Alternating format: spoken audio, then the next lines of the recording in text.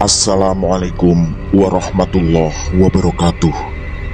Selamat jumpa kembali sahabat-sahabat viewer dan subscriber di channel Titah Misteri. Kali ini kami akan membawakan sebuah kisah misteri dengan judul Kuntilanak di Ujung Mata Kail. Selamat mengikuti.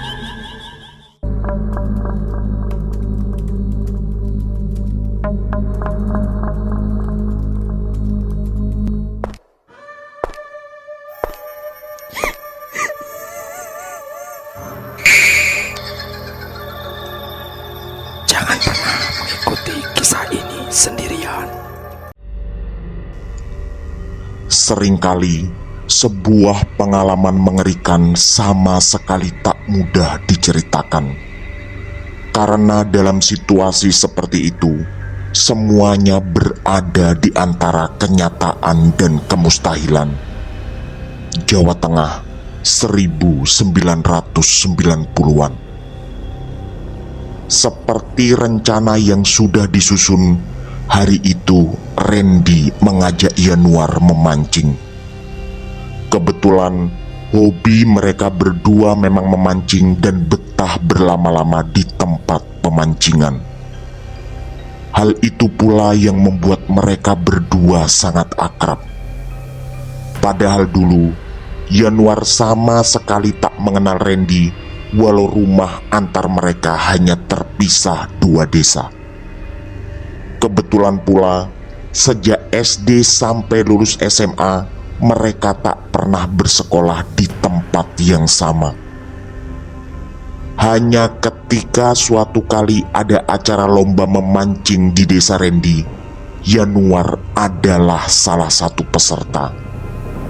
Di sana dia bertemu dengan Randy, dan itu adalah awal mula perkenalan mereka, yang kemudian menjadi sahabat sangat akrab. Kata Randy, dia menemukan spot mancing terbaru yang sangat tenang dan ikannya besar-besar. Dan katanya lagi, walau tempatnya tak jauh dari jalan raya, belum banyak orang yang tahu tempat itu. Intinya, tempat tersebut benar-benar istimewa bagi pemancing seperti mereka berdua. Kesepakatan pun lalu dibuat. Beberapa hari yang lalu, Randy menyusun rencana. Di hari Sabtu malam, dia akan menjemput Yanuar ke rumahnya. Memang, Randy adalah seorang karyawan kantor. Hanya setiap hari Sabtu dan Minggu dia bisa menyalurkan hobi memancingnya. Sedangkan Yanuar sehari-hari beraktivitas di sawah, sehingga bisa kapanpun memancing ketika merasa suntuk dan banyak masalah di rumah. Yanuar memang belum tahu di mana tempat yang dimaksud Randy, karena dia mengatakan sengaja merahasiakan agar jadi kejutan untuk sahabatnya itu. Dan sesuai pengalaman Randy, waktu terbaik memancing di sana adalah tengah malam. Karena pernah dia memancing dari pagi sampai sore, hasilnya hanya sedikit. Tapi 2 kali memancing di tengah malam, dia selalu mendapat banyak ikan berukuran besar. Dan dengan nada meyakinkan, Randy menjamin bahwa memancing di sana akan menjadi pengalaman yang luar biasa. Sampai akhirnya tibalah waktu itu. Seperti perjanjian, Yanuar menunggu Randy sekitar jam setengah 12 malam. Kata Randy, butuh waktu sekitar setengah jam perjalanan ke tempat mancing yang katanya spesial itu. Baru sekitar 2 menit Yanuar menunggu, datanglah Randy dengan sepeda motornya. Yanuar sempat melirik jam tangan, jam 11 lewat 17 menit. Sebelum berangkat, Yanuar memastikan lagi pintu rumah sudah terkunci. karena memang dia memegang kunci cadangan. Bapak dan ibunya sudah tidur sejak sekitar jam 10 tadi. Dia juga tadi sudah pamit pada beliau berdua bahwa akan ada acara memancing malam ini bersama Randy. Yanuar lalu menghidupkan sepeda motor dan mereka berdua berangkat dengan motor masing-masing. Randy langsung mengambil posisi di depan karena dialah penunjuk jalan kali ini.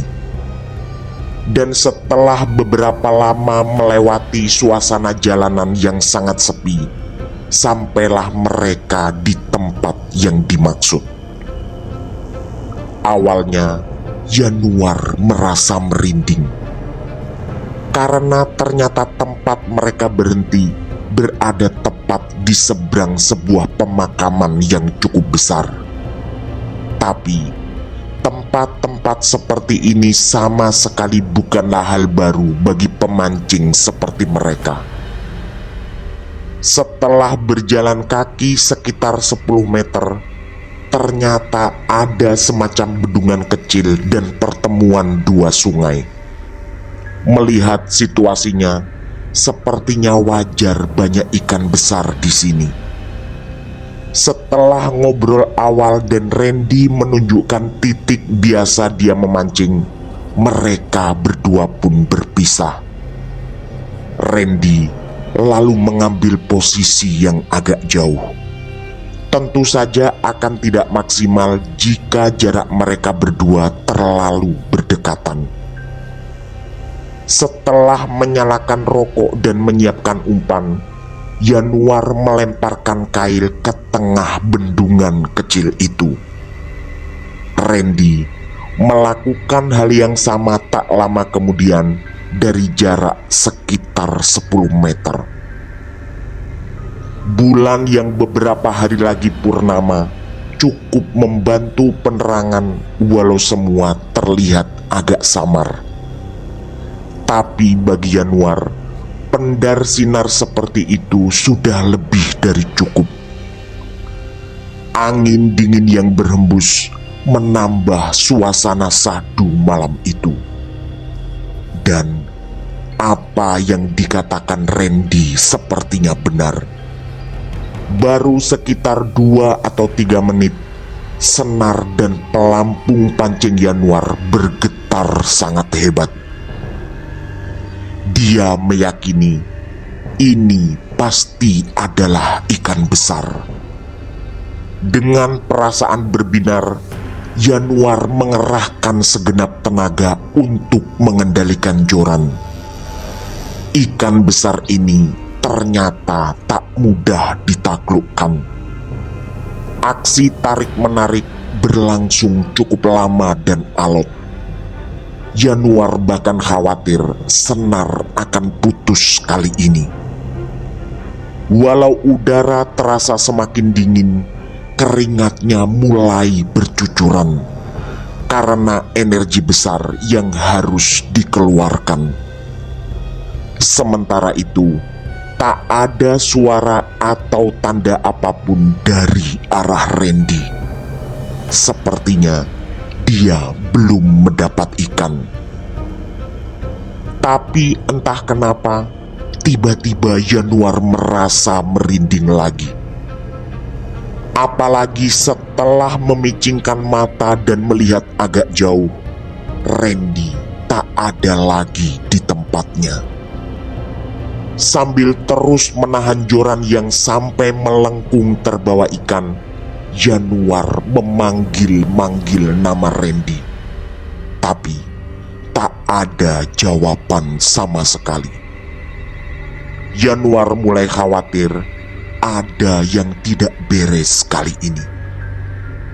Bulu kuduknya mulai berdiri dan getaran tubuhnya kali ini bukan hanya karena pertempuran melawan tarikan ikan, tapi terselip pula sebuah ketakutan yang makin lama makin menguat. Tapi semua perasaan tidak nyaman itu segera ditepisnya dengan tetap berusaha fokus. Rasanya sayang kalau ikan besar ini sampai terlepas. Dengan pengalamannya di dunia memancing dan meyakini momen yang tepat, Yanuar menarik jorannya sekuat tenaga. Dan sepertinya kali ini akan berhasil. Tapi sepersekian detik kemudian ada kejutan menakutkan. Yang tersangkut di ujung kail bukanlah ikan, melainkan sesuatu entah apa yang terlihat terbungkus kain berwarna putih. Ketakutan semakin berlipat. Apalagi setelah dia berteriak lagi memanggil Randy dan tetap tidak ada jawaban. Dan yang paling mengerikan adalah setelah semakin ditarik, ternyata yang ada di ujung kailnya adalah sesosok wanita berbaju putih. Makhluk itu lalu langsung melompat ke arah Yanuar. Nyalinya benar-benar habis. Untungnya sesaat sebelum makhluk itu sampai ke tubuhnya, Yanuar bisa langsung berdiri dan berlari. Firasat, otak dan pendengaran Yanuar bersatu dan sampai di sebuah dugaan. Sosok itu adalah kuntilanak. Yang tawa mengerikannya semakin terdengar jelas. Entah bagaimana caranya, tangan Yanuar masih memegang joran dan segera berlari ke jalan raya. Anehnya, sepeda motor Randy juga tidak ada. Mungkin dia mengalami hal yang sama dan lari lebih dulu. Tapi tunggu dulu. Ini bukanlah jalan raya, melainkan terasa seperti hutan lebat. Di sini, Yanuar disergap sebuah kekhawatiran baru, yaitu dia telah salah arah berlari dan mungkin justru terbalik menjauhi jalan raya. Ada niatan untuk membalikkan badan dan memeriksa, tapi itu segera dibatalkan karena suara yang terdengar sudah lebih dari cukup untuk menyimpulkan bahwa sang kuntilanak sedang menuju ke arahnya. Yanuar pun meneruskan langkah larinya, walau kali ini dia sadar konsekuensinya adalah dia semakin menjauhi jalan raya dan posisi parkir sepeda motor. Tak ada pilihan lain dan dia terus berlari. Entah jatuh di mana, kali ini tangannya tak lagi memegang joran. Hal itu tak lagi dipusingkan Yanuar. Setelah rasa takut tersela oleh letih yang luar biasa, dia pun menghentikan larinya. Malam tetap terasa semakin sunyi, dan kegelapan perlahan menyelimuti karena bulan yang tertutup oleh awan. Jadi, bukan hanya kegelapan dan kesunyian yang mengancam, tapi kemungkinan hujan yang akan segera turun.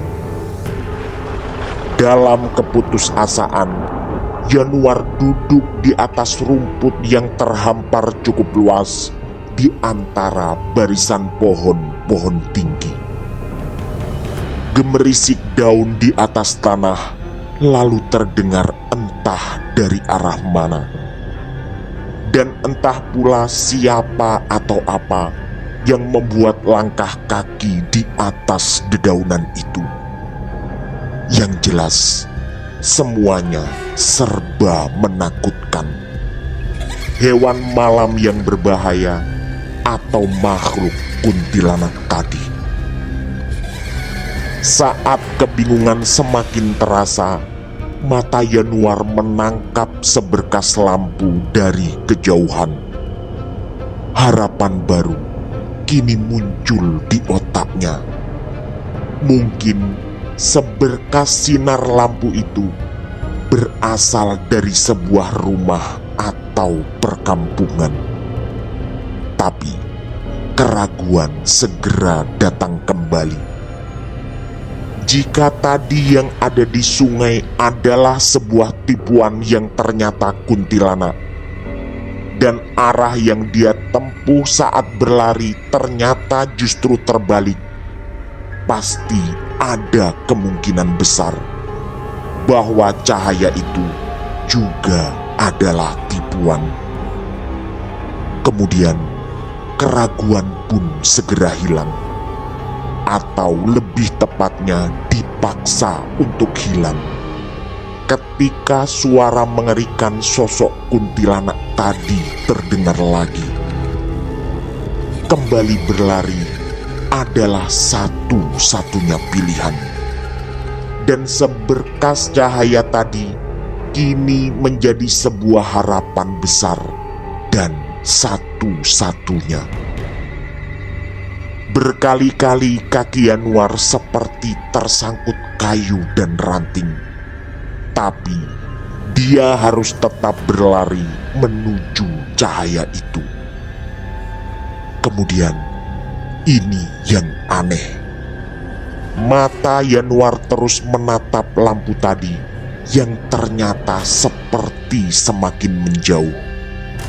Sungguh, sama sekali tidak masuk akal.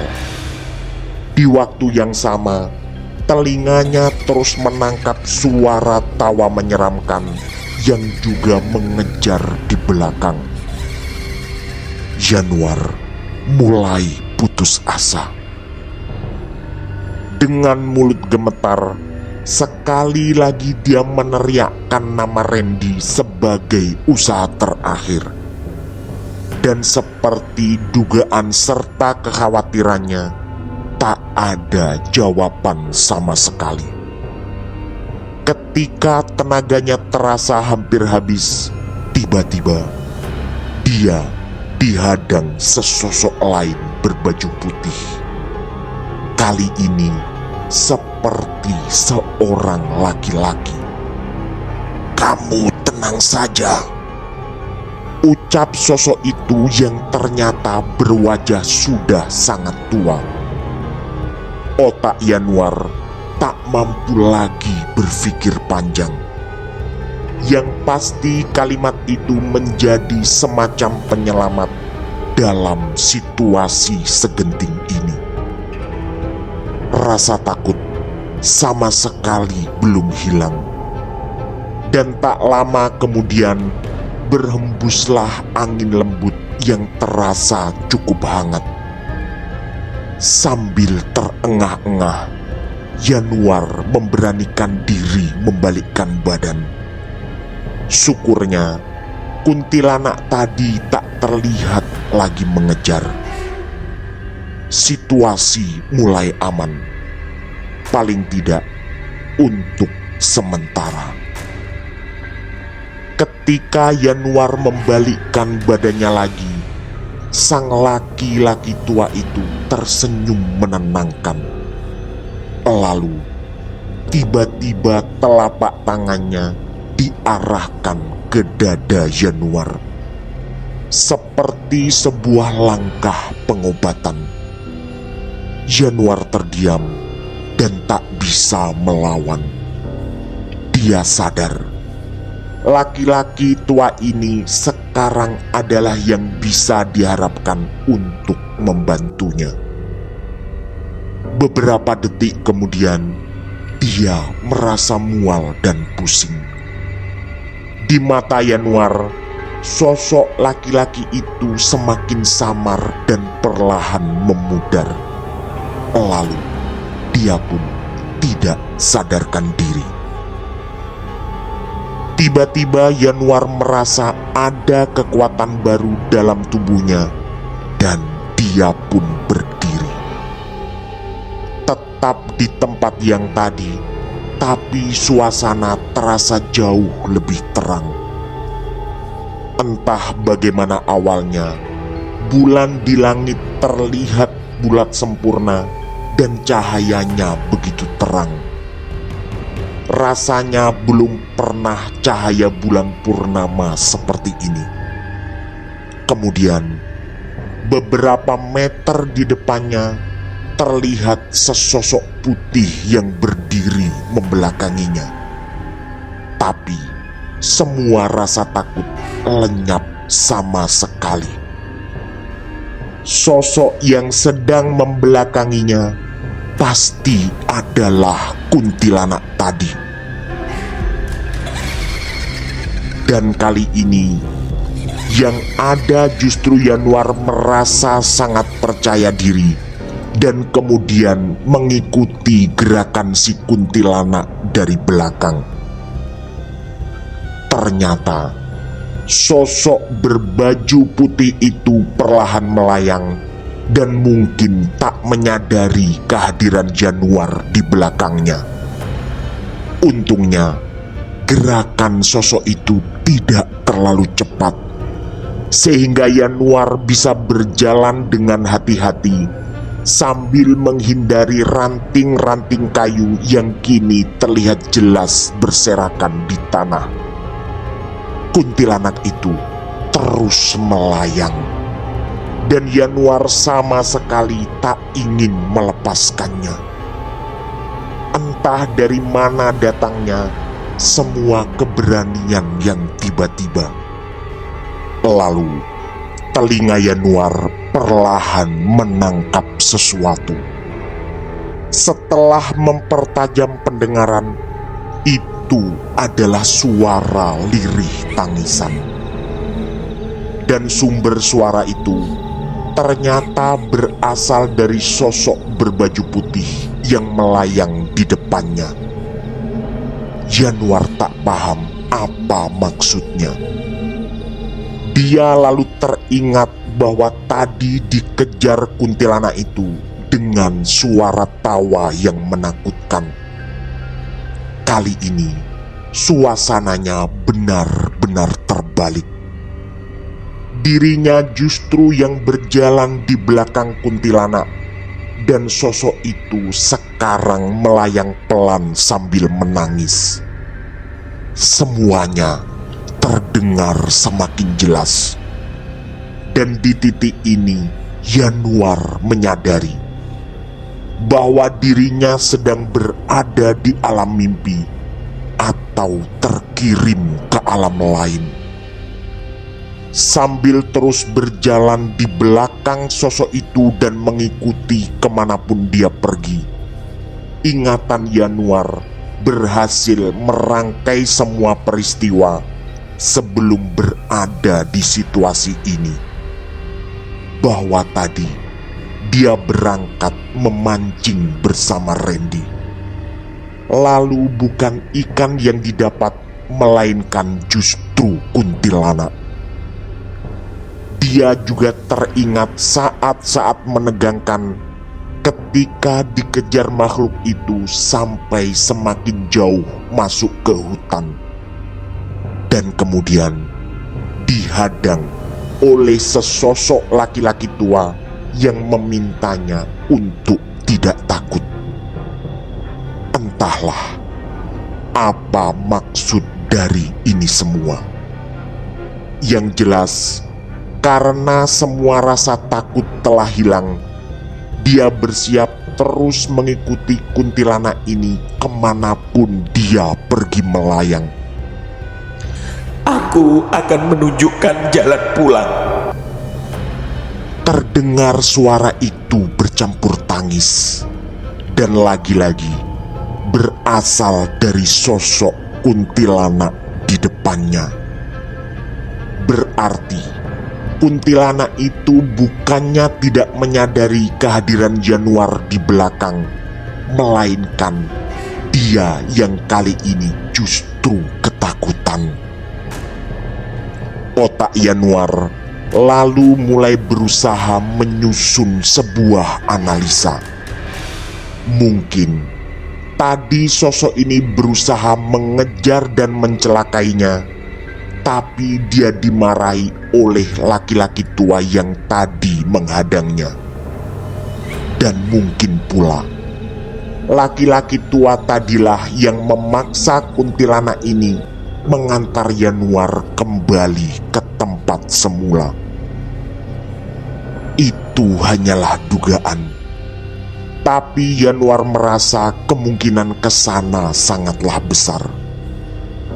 Kuntilanak itu terus melayang dan sama sekali tak melihat ke belakang. Yanuar semakin yakin kali ini kuntilanak itulah yang dilanda ketakutan. Setelah cukup lama, mata Yanuar menangkap sepeda motornya dari kejauhan. Suara tangis sosok putih di depannya terdengar semakin keras, dan sampailah dia di dekat sepeda motor itu. Dengan perasaan senang luar biasa, Yanuar pun berlari menghampiri motornya. Pada saat yang sama, tiba-tiba sosok berbaju putih itu menghilang di telan malam yang mendadak kembali remang-remang. Yanuar lalu merasakan ketakutannya kembali. Apalagi dari kejauhan terdengar lagi suara tawa kuntilanak yang seakan mengejek dirinya. Langkah kaki yang tadi tegar kini terasa gemetar kembali. Kali ini hanya satu yang harus dilakukannya, yaitu segera pulang. Untungnya sepeda motor bisa dihidupkan, dan tanpa pikir panjang, Yanuar pun segera memacunya. Rasa takut masih sangat kuat, tapi semuanya harus dilewati. Syukurnya tak ada hambatan apapun selama perjalanan pulang. Sesampai di depan rumah, Yanuar segera duduk di sebuah kursi kecil. Tadi di sana pula dia menunggu sampai datangnya Randy, yang sekarang entah ada di mana. Bulu kuduk Yanuar masih berdiri tegak, walau dia yakin semuanya telah aman karena sudah sampai di rumah. Dan demi lebih menenangkan diri, dia pun menyalakan rokoknya. Kemudian otaknya terus berputar tentang semua kejadian aneh tadi. Sosok kuntilanak yang terkena pancing, sampai sesosok laki-laki tua yang membantunya di tengah hutan. Belum terjawab semua ketakutan, tiba-tiba terdengarlah suara sepeda motor mendekat. Ternyata itu adalah Randy. Dan belum sempat Yanuar bertanya, dia langsung mengatakan bahwa rencana memancing malam ini terpaksa dibatalkan. Karena tadi sore dia mendapat informasi bahwa di tempat di mana mereka rencana memancing, 2 hari lalu ditemukan jenazah seorang wanita di sana. Dan kata Randy, kasus itu sedang dalam penyelidikan pihak yang berwenang. Yanuar pun menarik nafas dalam dan panjang. Berarti mungkin sosok wanita kuntilanak tadi ada hubungannya dengan penemuan jenazah seorang wanita di sana. Tapi siapa sosok laki-laki tua yang juga berbaju putih dan tiba-tiba menghadang lalu membantunya di tengah hutan? Semuanya masih menjadi misteri. Dan kini misteri itu bertambah satu lagi, yaitu siapa sosok Randy yang tadi menjemputnya dan lalu berangkat berdua ke tempat pemancingan. Sambil terus menghisap rokok, Yanuar melirik jam di tangan kirinya. Ternyata jam 11:22. Dia pun terkejut lagi, karena ini adalah keanehan berikutnya. Semua kejadian menegangkan tadi terasa sangat lama, tapi ternyata hanya berlangsung sekitar 5 menit. Karena dia ingat, berangkat bersama sosok Randy tadi jam 11:17. Dengan sisa perasaan khawatir, mata Yanuar lalu menyisir ke segala arah, termasuk memastikan bahwa kaki Randy kali ini menapak tanah. Dan setelah memastikan hal itu, dia pun merasa tenang. Berarti semua ketegangan malam itu benar-benar sudah berakhir. Sisa malam itu kemudian mereka isi dengan ngobrol sampai hampir subuh, termasuk rencana tentang mancing berikutnya. Walau semua misteri tidak terjawab, tapi Yanuar sama sekali tak berencana menceritakan kejadian mengerikan tadi pada Randy, agar sahabatnya itu tidak mengalami ketakutan seperti yang dirasakannya. Tamat. Demikian kisah misteri dari kami, Kuntilanak di Ujung Mata Kail. Semoga kisah-kisah kami cukup menghibur dan menemani sahabat semua. Mohon maaf apabila terdapat kesalahan dalam pemilihan atau penuturan kata. Kami dari tim Titah Misteri mengucapkan terima kasih. Dan wassalamualaikum warahmatullahi wabarakatuh. Pesan saya, jangan bercermin sendirian di tengah malam. Sampai jumpa.